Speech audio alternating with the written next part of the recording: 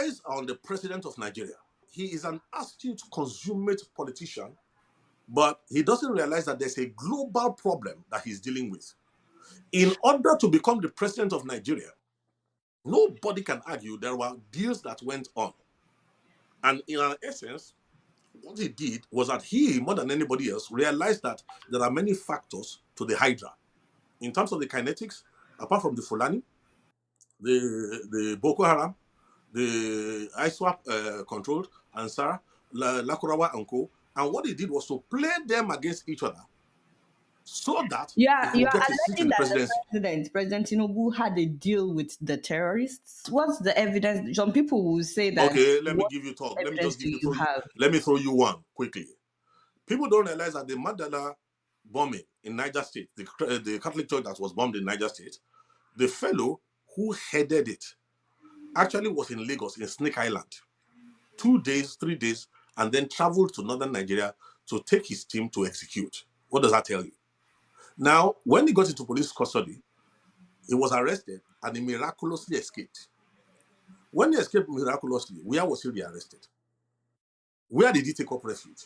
He took up refuge in the lodge of a serving high-placed government official from Borno State, who happens to now be who? The vice president of Nigeria. So what am I talking about here? Tinubu is one heartbeat away. You see, I feel sorry for him. There's nothing I'm saying that cannot be substantiated, not only within Nigeria, but globally. So let nobody deceive themselves. His so-called, look, why do you think the federal government is trying to deny an evident truth? Listen, if this intervention had not come and the president was allowed to go through his 8 years, who would he hand over the country to? And does he think they are not wise enough to know that if they are able to eliminate him, into whose hand does the country go? Now, this is where the problem is. If the country goes into the hand of the Boko Haram, the Fulani will not be happy. Everybody is aware now that there was complicity in the times of in terms of the former president Muhammad Buhari. Like I mentioned Issa Pantami. Also, don't forget about that his interesting governor who turned against Buhari in the last minute, who was persuaded to turn against Buhari, the worst governor Kaduna State has ever had. And I said something when Kaduna State was Governor El Rufai. Yes.